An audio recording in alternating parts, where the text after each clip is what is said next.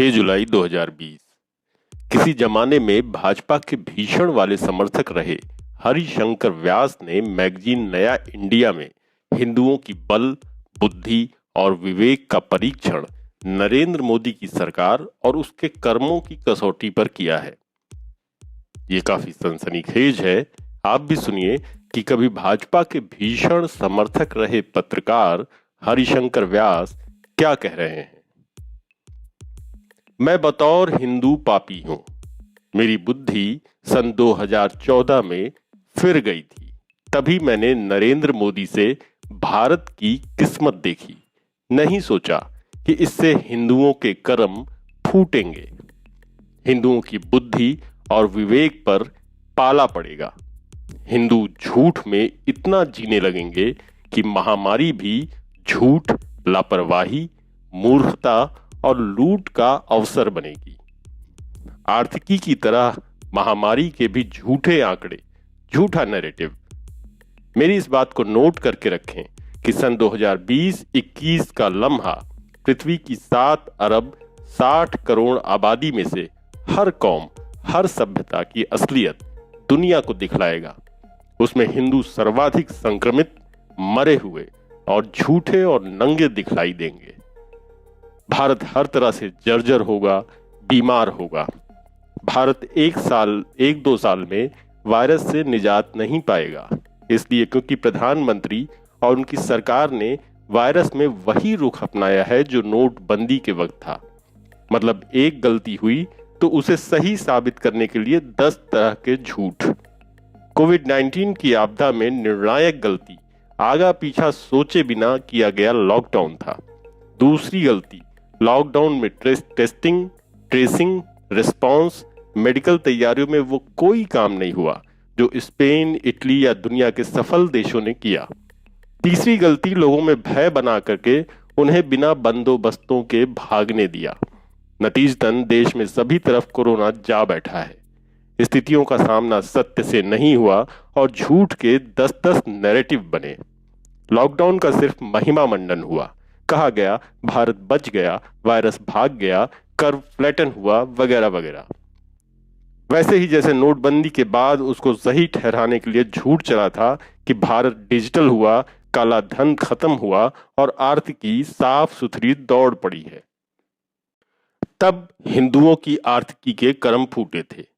तब भी मोदी के हरकारे अफसर थे, अब भी वही अफसर हैं। तब एक कोई अमिताभ कांत नोटबंदी पर झूठ के कसीदे काटते थे।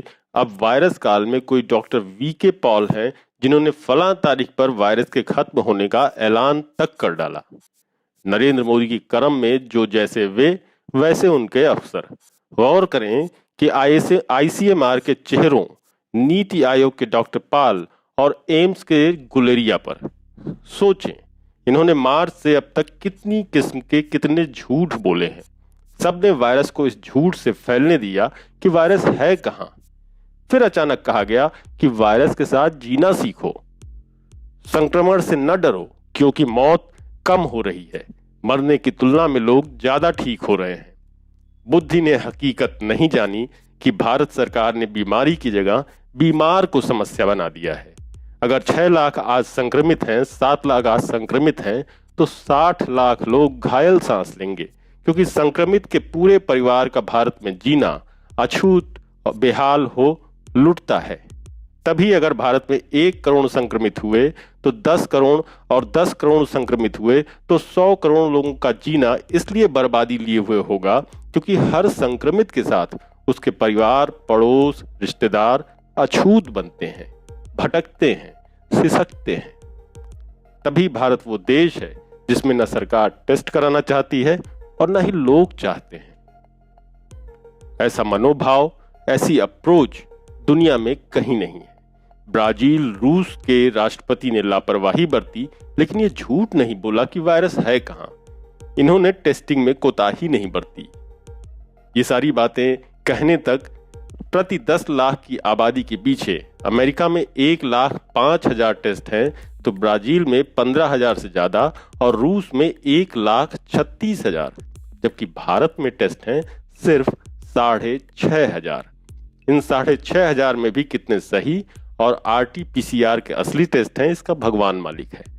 जाहिर है भारत में फिरी हुई बुद्धि से झूठ इतना सघन है कि न सरकार की टेस्ट में दिलचस्पी है और न जनता में जिद है।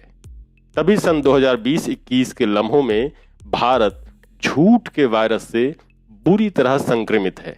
इसके चलते महामारी, लोगों की सेहत, आर्थिकी और सीमाओं की सुरक्षा सब कुछ संक्रमित रहेगी। दिसंबर तक भारत हर समस्या में पका हुआ होगा। कोविड-19 वायरस करोड़ों लोगों में ऐसे पका हुआ होगा कि दुनिया कांप उठेगी ये देखकर कि हिंदुओं के कर्म कैसे ऐसे फूटे जो 21वीं सदी में भी इन्होंने 19वीं 20वीं सदी की तरह अपने आप को महामारी में बर्बाद किया। मैं सोचता रहा हूं कि भला वायरस पर नरेंद्र मोदी, अमित शाह का दिमाग क्या सोच रहा होगा। क्या ये मान रहे हैं कि वायरस एक दिन अपने आप लुप्त होगा, या वैक्सीन आई तो 6 महीने में भाग जाएगा, या 138 करोड़ लोगों में से 50-60 करोड़ों लोगों को संक्रमित होने दो, तब पूरा देश हर्ड इम्यूनिटी में वायरस का आदी होगा, या काढ़ा पीने से भारतीयों की इम्यूनिटी वायरस को फैलने नहीं देगी। समझ में नहीं आता कि ये क्या सोच रहे हैं, लेकिन इतना तो तय है कि ये सघन व्यापक सच्ची टेस्टिंग से वायरस को पकड़ने की जिद नहीं पाले हुए हैं। ये वायरस को दबा रहे हैं, ये वायरस को छिपा रहे हैं और जनता को भगवान भरोसे छोड़ करके बैठ गए हैं। तभी कर्म फूटे हिंदुओं के। सन 2020-21 के बाद दुनिया जानेगी कि हिंदुओं को राज करना नहीं आता है। हम सनातनी हिंदुओं को ऐसा कोई श्राप है जो पावर पाते ही विवेक बुद्धि गंवा बैठते हैं। हमारा डीएनए क्योंकि 1000 साल की गुलामी में रचा बसा है, तो सत्ता, पावर, हुकूमत और उसका राजा हमारे लिए विष्णु भगवान का अवतार है। तभी राजा की शक्ति, शक्ति के खौफ और उसकी भक्ति के हमारे संस्कार बुद्धि को फिरा देते हैं। सत्ता पाकर सत्तावान की बुद्धि फिरती है तो प्रजा की भी फिरती है। गौर करें, पिछले 6 सालों पर हिंदुओं ने छप्पर फाड़ नरेंद्र मोदी को सत्ता दी तो उन्होंने अपने को भगवान माना और बिना बुद्धि के भी असाध्य को साधने चले। नोटबंदी से अर्थव्यवस्था बर्बाद की, पाकिस्तान और मुसलमान को ऐसे टारगेट बनाया मानो उनकी 56 इंची छाती अकेले इतिहास का समाधान लिए हुए है। हकीकत में मोदी शाह ने 6 साल में मुसलमान या पाकिस्तान को हैंडल नहीं किया है, बल्कि हिंदुओं को मूर्ख बनाने के लिए मुसलमान और पाकिस्तान का उपयोग किया है। विवेक में ये बात बूझी ही नहीं कि इस अप्रोच में हिंदू की समझ और उसकी बुद्धि खत्म हो रही है। हिंदुओं के कर्म फूटे हैं जो वे सोचते हैं कि मुसलमानों को औकात दिखा दी, पाकिस्तान को मार दिया, जम्मू कश्मीर में अमन चैन बना और अमेरिका या चीन आदि के राष्ट्रपति 56 इंची छाती वाले प्रधानमंत्री नरेंद्र मोदी की पावरफुल सत्ता के आगे नतमस्तक हैं। ठीक लिखा है राष्ट्रकवि दिनकर ने कि जब नाश मनुज पर छाता है, पहले विवेक मर जाता है। भारत में आज कोई हिंदू समझने को तैयार नहीं है कि पिछले 6 सालों में उसकी आजादी, निर्भीकता, आत्मनिर्भरता, अर्थव्यवस्था और सामाजिक ताना बाना सब कुछ खत्म हो चला है। डरा हुआ मुसलमान नहीं है, बल्कि हिंदू है। मुसलमान का धर्म, जीवन का लक्ष्य तब भी 2 टूक था और अब भी 2 टूक है। पाकिस्तान तब भी लड़ता हुआ था, आज भी लड़ता हुआ है। चीन तब भी लद्दाख से अरुणाचल तक आंखें गड़ाए हुआ था, तो आज वो सेना बढ़ाए हुए है। सो भटका और मुगालतों में कौन रहा है, झूठ में कौन बर्बाद है, क्या हिंदू नहीं? क्यों? 100% अंतिम जवाब अपने पास भी नहीं है। मैं जितना सोचता हूं उलझता हूं कि हिंदू की ये क्या किस्मत जो अवसर आता है और हिंदू की बुद्धि फिर जाती है, या तो हिंदू खालिस तौर पर बुद्धि विहीन है। इसके असंख्य ऐतिहासिक उदाहरण हैं। इतिहास के हर निर्णायक क्षण में हिंदू की मति मारी जाती है। 1947 में आजादी का वक्त आया तो देश का विभाजन करा बैठे, धर्म के आधार पर विभाजन माना, लेकिन हिंदुओं के लिए बने इस हिंदुस्तान में मुसलमानों को रहने दिया। फिर गुलामी के कानून और उसकी मशीनरी में आजाद देश का तंत्र बना। संविधान दुनिया की नकल पर बना, न कि इतिहास विरासत की अकल से। दुश्मन को हराने सन 1965 या सन 1970 में दुश्मन को हराने की सिद्धि हुई, फिर भी बिना बदला लिए कश्मीर का समाधान कराए, उससे अपनी जमीन लौटवाए, हमने उसके सरेंडर हुए सैनिक लौटा दिए। पावर पाई तो वाजपेयी और मोदी की बुद्धि ऐसी फिरी कि दुश्मन कौन दोस्त कौन का भेद याद नहीं रहा। असाध्य को साधने चले और वाजपेयी राजनयिक रिश्ते बनाने के लिए उछलते कूदते बीजिंग गए, तो बाद में बस लेकर लाहौर।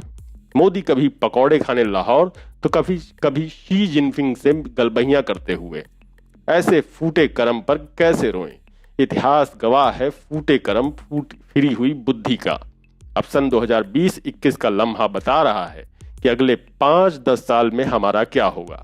73 सालों में जो मिला था वो फ्लैश बैक में चले जाना है। खत्म हुआ वो दौर जब भारत 8 से 10% की विकास दर से उभरती हुई अर्थव्यवस्था था। अगर 2024-25 तक 1947 या उसके बाद के दशकों की 2-3% वाली हिंदू विकास दर हमने पा ली तो यही बड़ी बात होगी। और गए वो दिन जब भारत के लोकतंत्र की जिंदा दिली की दुनिया भर में धाक थी।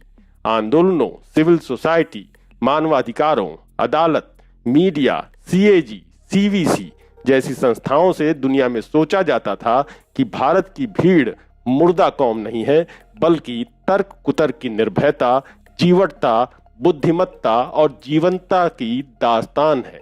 तो अब वो दास्तान भी खत्म है। गए वो दिन जब भारत के एटमी जखीरे, उसकी एटमी मिसाइलों की दुनिया भर में चर्चा थी और नेपाल, बांग्लादेश, श्रीलंका, पाकिस्तान सहमे रहते थे।